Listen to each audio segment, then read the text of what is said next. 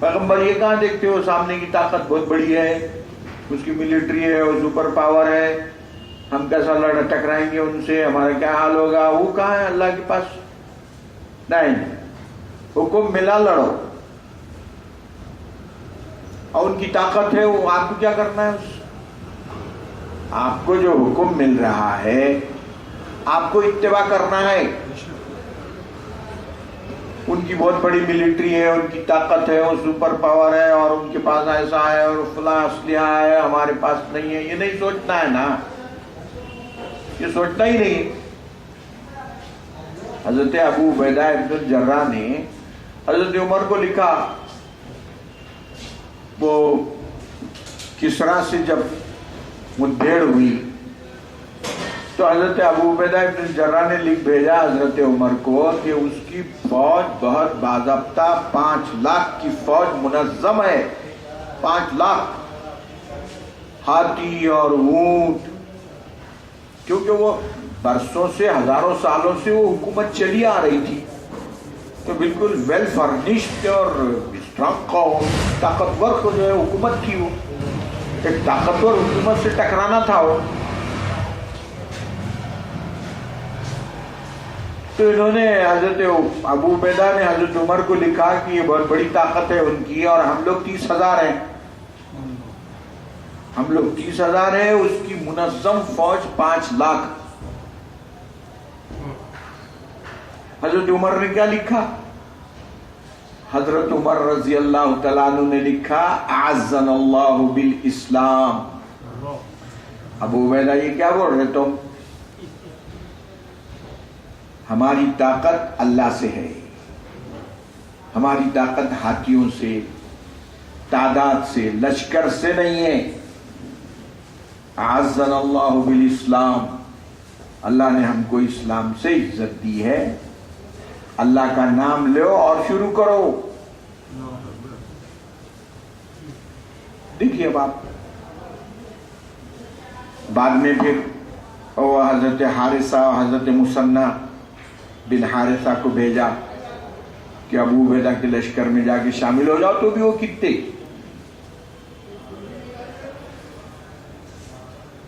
وہ ٹکرائی فوج،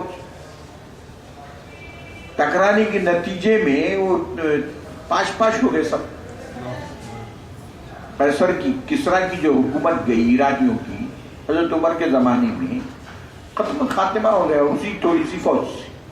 حضرت عمر نے لکھا کہ کم من فئۃ قلیلۃ، کتنی چھوٹی چھوٹی جماعتیں اللہ سبحانہ تعالیٰ نے ان کے ذریعے سے غلبت فئۃ کثیرۃ باذن اللہ، بڑی بڑی جماعتوں پہ اللہ کے حکم سے غالب آ گئی۔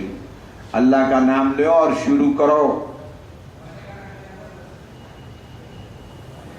دیکھیے اب آپ یہ ذہن ہے۔ تو حضرت موسیٰ نے بھی حکم دیا ان کو، باوجود یہ معلوم ہونے کے اوج بن عنق کا حال، حکم دیا کہ لڑو، چلو لڑنا لڑو۔ تو اب یہ قوم جو ہے ان کو معلوم ہو گیا تھا اندر ہی اندر کہ یہ ایسی ڈیل ڈول ہے اور ایسی طاقت ہے اور یہ ہے اور وہ ہے، ہمارے سے نہیں ہوتا بھائی، فَذَهَبَ أَنْتَ وَرَبُّكَ فَقَاتِلَا، نکل پڑنا تھا کہ بھئی سمندر آپ کو پھٹا، سمندر کو جو ہے وہ راستے روڈ بنا، سمندر کوئی معمولی طاقت ہے وہ، وہاں بھی کچھ بھی ہو جاتا تھا، وہاں بھی اللہ سبحانہ تعالیٰ کوئی راستہ نکال دیتا تھا۔ آپ کیوں ڈرے؟ اللہ کے حکم کی اطاعت کیوں نہیں کیا آپ نے؟ اتنے بڑے بڑے معجزات دکھا رہا ہے وہ، اور پانی نہیں میدان تیہ میں پینے کے واسطے تو پتھر کو مارا حضرت موسیٰ نے، تو فَانْفَجَرَتْ مِنْهُ اثْنَتَا عَشَرَةَ عَيْنًا، 12 چشمے پھوٹ پڑے اس پیٹر۔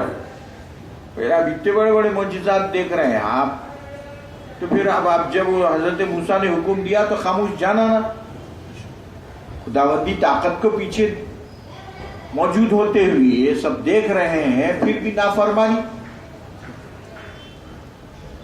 ڈانٹا اللہ نے ان کو۔ کیا فرمایا؟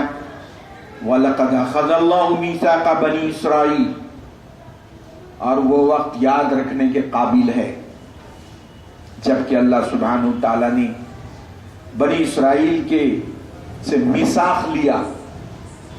اچھا یہ بنی اسرائیل کا تذکرہ اب یہاں کیوں؟ حالانکہ بنی اسرائیل کا وہ اس لیے کہ یہاں حضور پاک علیہ السلام پر پتھر گرانے کا چکر، تو اسی تسلسل سے بتا رہے ہیں کہ دیکھو انہوں نے یہ ایسے بھی کام کیے. اگر حضور پر پتھر گرانا چاہ رہے تھے وہ، تو اس سے پہلے ان کی قوم نے، ان کے سابقہ اسلاف نے ایسے بھی کام کیے، خود اللہ کا ہاتھ توڑا. وہ تسلسل ہے اس میں. وَلَقَدْ أَخَذَ اللَّهُ مِيثَاقَ بَنِي إِسْرَائِيلَ، اور یاد کرو اس وقت کو جب کہ اللہ نے لیا بنی اسرائیل سے عہد. وہ 12 نقیبوں سے حضرت موسیٰ نے جو عہد لیا، اللہ نے لیا بول رہا اللہ سبحانہ وتعالی، کیونکہ نبی کا کام اللہ کا کام ہے. وَبَعَثْنَا مِنْهُمُ 12 نقیبا، اور ہم نے بھیجا، حالانکہ حضرت موسیٰ بھیجے، مگر اللہ سبحانہ وتعالی فرمایا ہم نے بھیجا 12 نقیبوں کو جاسوس بنا کے. دیکھ کیا وَقَالَ اللَّهُ إِنِّي مَعَكُمْ، اور اللہ نے یہ بھی کہا کہ دیکھو میں تمہارے ساتھ ہوں. مطلب وہ اس سے ڈرنا نہیں ہو قوم سے. انی معکم، میں تمہارے ساتھ ہوں. کوئی MLA اگر آپ کو بول دے میں آپ کے ساتھ ہوں تو کیسے جذبے میں آئیں گے آپ؟ وہ چھوٹے چھوٹے وہ کاؤنسلر جو دل میں آ کرتے پھر صاحب ساتھ ہے ہمارے ملک سب، جس کو مار رہے اس کو مار رہے، جاؤ صاحب ساتھ ہے. کیا کر لیتا کوئی؟ MLA کی تائید کا آپ کو اتنا کر رہا ہے. اللہ سبحانہ وتعالیٰ جب فرما رہا ہے میں تمہارے ساتھ ہوں، اعتماد نہیں ہے آپ کو. قال انی معکم، قال اللہ انی معکم، اللہ نے فرمایا میں تمہارے ساتھ ہوں. لئن اقمتم الصلاۃ، شرط کیا ہے؟ نماز قائم کرتے رہو. وآتیتم الزکاۃ، ساتھ ساتھ زکوٰۃ. اب نماز بدنی عبادت میں سب سے بڑی چیز ہے، اور زکوٰۃ مالی عبادت میں سب سے بڑی چیز ہے. تو مال اور بدن دونوں، اللہ کے راستے میں مال بھی خرچ کرنا ضروری ہے وقت پر. وآمنتم برسلی، اور میرے رسولوں پر تم نے ایمان بھی لایا. اب دیکھیے یہاں پہ نماز قائم کرنا، زکوٰۃ ادا کرنا، اور اس کے بعد بول رہے ایمان. وآمنتم برسول، حالانکہ ایمان پہلے آنا چاہیے نا. ایمان کا تذکرہ پہلے ہونا، زکوٰۃ اور نماز بعد میں ہونا، اس لیے کہ ایمان اہم چیز ہے نا. تو کرتے کیا تھے بنی اسرائیل؟ نماز تو پڑھتے تھے، زکوٰۃ بھی دیتے تھے، رسولوں پر ایمان لانے میں گڑبڑ کرتے تھے. وہ رسولوں کو مانا، یہ رسول کو نہیں مانا، وہ رسول کو قتل کر دیا، وہ رسول کی تکذیب کی، وہ گڑبڑ رسولوں کے بارے میں تھی ان کی. نماز تو پڑھتے تھے، تو اللہ نے فرمایا اگر نماز پڑھتے بھی رہو، زکوٰۃ دیتے بھی رہو، نہیں ہوگا. وآمنتم برسلی، رسولوں پر ایمان ضروری ہے. وعزرتموہ، اور رسولوں کی مدد نصرتموہ کے معنی میں ہے. تعزیر بولتے ہیں نصرت کو، تعظیم اور احترام کے ساتھ نصرت کرنے کو تعزیر بولتے ہیں. اور تعزیرات جو حدود کو بولتے ہیں، ایک تو حدود ہے، ایک تعزیرات ہے.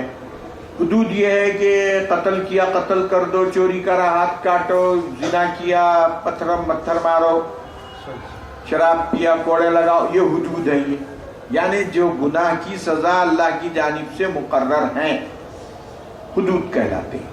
اور تعزیرات بولے تو ایسے گناہ کے جو حدود سے ہٹکے ہیں، تو اس کی سزا جو ہے قاضی وقت پر منحصر ہے، اور جتنی چاہے سزا اس کو دے.